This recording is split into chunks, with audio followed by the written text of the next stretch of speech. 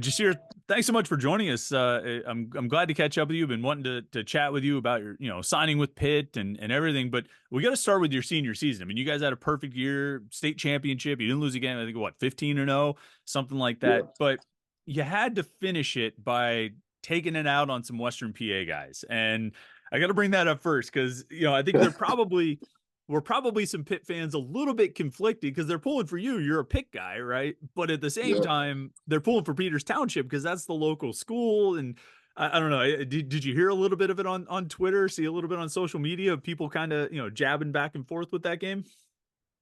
Oh man, Twitter was crazy that week, honestly.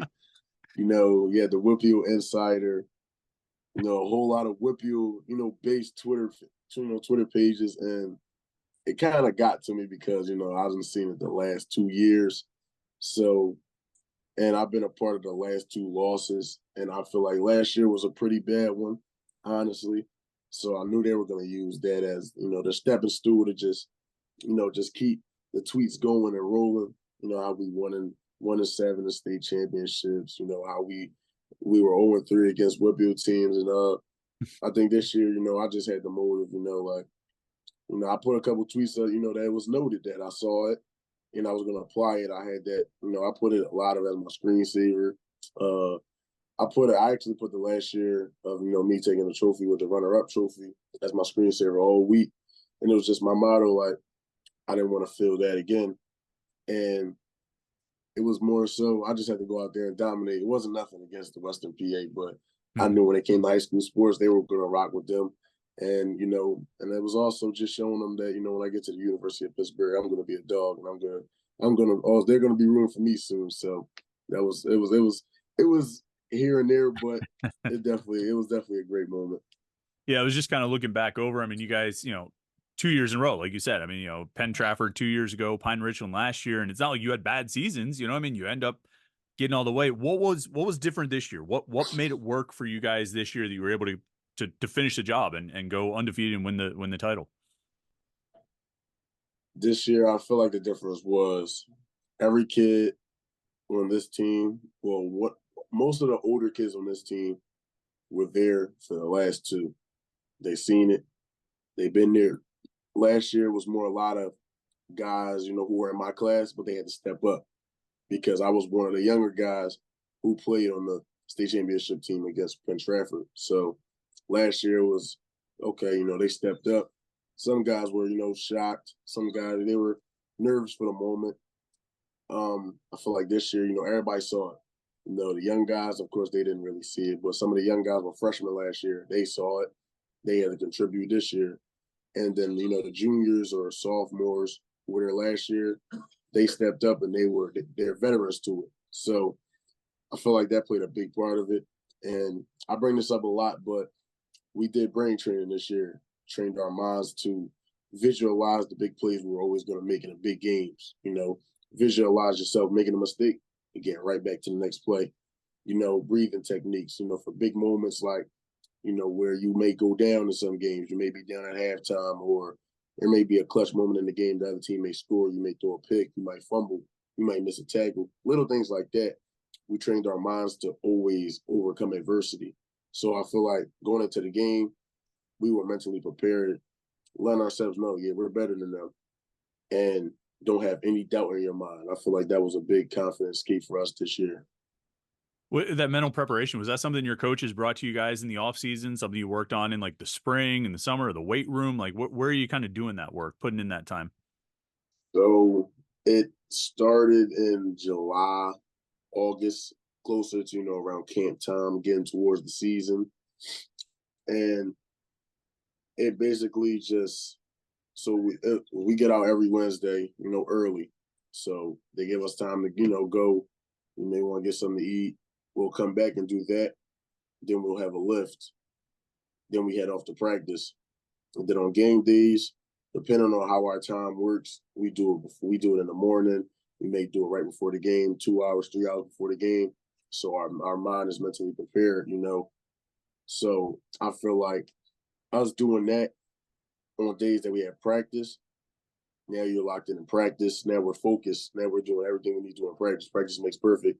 And then once game time comes, now you're just getting a real like, oh, I say this. You're just revisiting everything you did, along with some physical things. We'll do a lot of physical, movements and everything. So that played a big part. And shout out to Sister Shirley. She's our lead STEM ambassador. When I went to Ghana and everything, and she's the one who runs that. So I definitely give a big shout out to her. I'd forgotten about that trip you made. When did you go to Ghana? Remind me of that. It was May of last year. Well, May Okay. of this year, but yeah, last May. May. Tell us about that trip. I mean, I think I remember seeing about it on social media back in May, but what did you do? What was your experience there? So we went down there to, provide clean water. So the STEM team, we have 3D printers, and we create water filters to, if somebody has bad water, our filters, put it through the filter and it comes out clean. So we went down to the school that they have down there. We provided them with 3D printers and also taught them how to use them so that they'll know how to, fix their own water. And we provided them with pencils and books and everything, a lot of things. And then we also went to a village where, that is basically what you see on commercial, like a pond with a lot of dirty water. And we basically cleaned that up for them. And that was their first time having clean water probably ever or in a long time. So it was a really dope moment. And I never regret going. Hmm. Was it, you said, I think you said it was the STEM team. I mean, were there other members of like the football team that went with you, or who'd you go with? What was the group like? So it was me, Mikael Davis, the quarterback, Jabri Coleman, the running back, Kenneth Woosley, the corner, and Isaiah Prater. He's a wide receiver. Sarah Woodland. He's a young linebacker. So we had a lot of football guys that's definitely a part of that team. You go on an experience like that, right? You get that far away from home. You're working on something that is kind of bigger than yourself. I mean, that can create some bonds, right? Like that can create some bonds Definitely. within the team. I mean, you already have bonds because you're a football team, but you guys are teammates. But that can create even kind of like bigger bonds, right? Because you had that Definitely. experience together. Is that what happened for you guys? Yeah, we spent a lot of time together. We built a great connection down there, and when we got back, it was like we always kept in contact. I mean, we go to the same school, a lot of we're on the same team, but it's always mutual love now. It's a lot of it was a couple guys or females that I didn't really talk to, or I probably really like never seen in school. Like now, I see them and I say, "Yeah, what's up?" Like I just greet them just because Mhm. I remember like we were all on a journey together and we changed the world. We saved lives. Oh, that's great. That's great. Well, congratulations on that. That's would you ever try and go back? I mean, is that an opportunity that might come up for you again, maybe this spring? Um, this spring, it maybe not just because awfully, like this is my senior year, so it's a lot that goes on. But in the Mhm. future, I'll definitely go back. That's great. Whether it be with them or by myself or for a different occasion, I would definitely go back. Wow, that's great. That's great stuff. Let's talk recruiting just for a little bit. You and I were joking. You committed in like April of 2022, so basically 20 months before you signed. And like, I mean, that's a really, really long time in recruiting these days. The guys don't stay committed for. Some guys don't stay committed for 4 months, let alone 20 months. Particularly a guy, you're a four-star defensive tackle prospect. You had offers from all over the place. You stayed committed for 20 months. How much pressure were you getting over those 20 months at various points from other schools, from people in the community, or friends, family, coaches saying, "Hey, like you got to look at this school, you got to look at that school. Don't stay with Pitt because Pitt had a 3-9 season this year. You know what I mean? I'm sure other college coaches were trying to use that, and people around you. How much outside noise was there over the last 20 months to get you to try and flip away from Pitt? Um, honestly, it been a lot of noise. Saying, a lot of guys, a lot of coaches hit my coaches up. May talk to my family. I may see him at a couple games. Because it's mutual love at the end of the day, even if I'm not going to your school.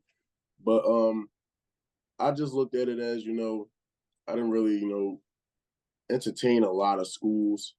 Just off the simple fact that, a lot of schools may have like passed up on me because I'm not 6'4", I'm not 6'5", let alone 6'3". I'm a 6'4", 6'1" guy. And I didn't let that affect me. And Coach Partridge, in my opinion, is the best defensive line coach in the country. I mean, if you look at his resume, other than this past season with the D line, but can't cry over spilled milk. But I really didn't entertain any other schools because you see Kalijah Kancey go first round, you see him go the number 19th pick, and it's like, why can't that be me? That he looks like me, I'm built like him. We have similar play styles, if not the same play style. And then you also look at Aaron Donald, who's going to go down as probably one of or the greatest defensive tackle to play the game of football. So, other schools may say, or other people may say, this school is better, this school is better. But I went where I felt loved. They treat my family like I've been there, like I'm going into my senior year there. Now that's the love I get. So, other schools didn't really get me because I see what's going on at the University of Pittsburgh. They passed up on me, and Coach Partridge, he took his chance with me, and I promise you won't regret it. As signing day got close, there were a couple of guys in the class. It seemed like they were sort of back and forth a little bit. Francis Brew, another defensive tackle. I'm not sure. Did you have any? Did you talk to Francis much leading up to signing day? I know there's like a group chat with the commits. Did you try to, hey man, come on, don't you want to stay here? Stay with us. Stay with Coach Partridge and everything. I did see the visit, and I wasn't worried because I know honestly that you're going to make the right decision if you want to go to the NFL. I feel like Coach Partridge can put us in the NFL. And Michigan State is a great program. They do have great defensive linemen, but also I definitely just knew hey, Coach Partridge is going to make sure that we stay. So, right. I'm curious, as you went through your senior season, I mean, and really your junior year, I mean, you came in as the guy who's committed to Pitt, the 4-star defensive tackle and all that. Were you getting a lot of extra attention from opposing offensive lines? Were they trying to double team you a lot? I mean, you ended up with, I think, according to Max Preps, 22 tackles for loss and 13 sacks this season. So if they tried to double team you, they didn't do a very good job of it. But were you seeing a lot of extra attention from the other teams this year?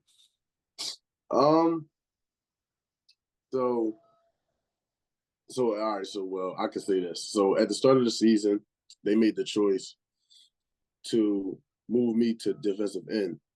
And that gave me a lot of room to be free. They wanted to make sure I got a lot of one-on-ones this year. And for the simple fact of last year, state championship, I got, I remember hearing the broadcast of the game. I record every game on my TV and go back and watch it, win, lose, or draw. And I remember hearing the coach said, the broadcaster asked, Pine Richland head coach and said, what you going to do about 25, And I remember his first words were, we're going to know where 25 is at all times. And when I look back on it, they knew where I were because they knew exactly where I was going to be because I was playing in one spot. Right. So they made it, my defensive coaching staff, they made it their job to get me one-on-ones, make it very hard for offensive coordinator to scheme that offensive line to me. Because, I got Zaire Mathis on the far side of me, a phenomenal defensive end.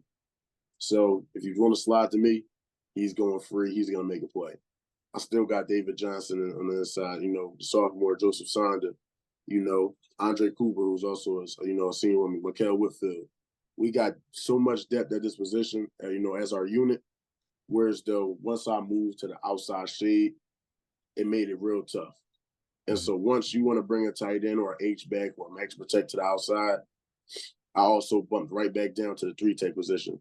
So it showed a lot of versatility, and it also played mind games. So, and I feel like that helped me so much because, it was a lot of games where I had multiple sacks, and they'll be from everywhere. And that just showed me how much I can expand my game. So Coach Partridge can put me in a 3-down and have me line up against a tackle, and I can win. He can also line me up against a guard. I can win. The center, I can win. So I feel like that showed, everybody in the world how versatile I am and why, I'm one of the best in the country. Right. I was looking. I think you had 2 sacks against Peters Township this year in the state title game. Is that right?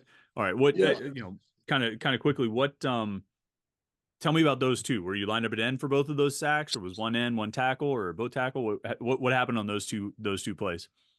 So I was at end on both of them because my other defensive end, who I would basically when I go down, he would go to defensive end. He ended up getting hurt the week before. Praise to him. He's recovering, but this game I knew I was just gonna have to be on the edge. Their play calling was a lot of block down. I would squeeze, and there would be inside zone, or the quarterback would keep. It was one specific play that I saw so much in practice, and my defensive coordinator stressed to me how to play that play. And when I ended up making the play, it felt relieving because it was one of those read option pitches. Mhm. Quarterback runs here, triple option kind of, and I remember they told me, just play it slow, like stay at the line, and force the quarterback to pitch it. But they said, since you're on the edge, you're athletic enough to make the play. And I sat there and I waited, and once he pitched the ball, my outside linebacker, he flew to the outer edge to make him come back to cut back in, and I made the play. And it was those type of things that made me realize, okay, I'm pretty different. Like I got to start playing like that. And I was at end most of that game, and it was a lot of just blocking down. It wasn't a lot of commotion, but when the play came to me, I definitely had to make the plays.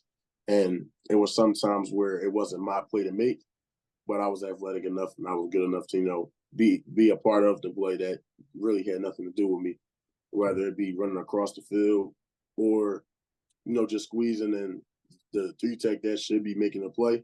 He's getting doubled. So, I just got squeezed down and, I got to get to the tackle. Right. Right. Sounds good, man. Well, so what's the spring hold for you? You do any spring sports, track, or anything like that? Um, Spring sports. Nah, I don't really do track. I do a lot of speed training. My Okay. first thing is honestly try to get, the weight room script from, what they do up there, get adapted to it, do exactly what they're doing. If they start in January, I want to start in January with them.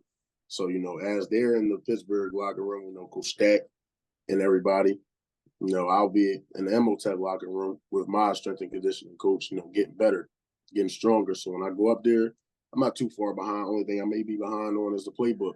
Mhm. And I'll definitely put my 2 cents to that. And that's all I'm really worried about, celebrate the holidays. My birthday is coming up. So, Hmm. but after that, I'm locked in. I'm all Pitt. I'm ready to go. Sounds good. Sounds good. Well, happy birthday in advance, and enjoy the Thank holidays. Thanks so much for doing this. It was great to chat with you and catch up. For sure, I feel like we could talk a long time about some of those topics, but I won't take up your whole day. you. But Yeah. thank you. Have a great spring semester, and we will see you when you get to Pitt in June. Yep. Yes, sir. Thank you. Thank you for having me.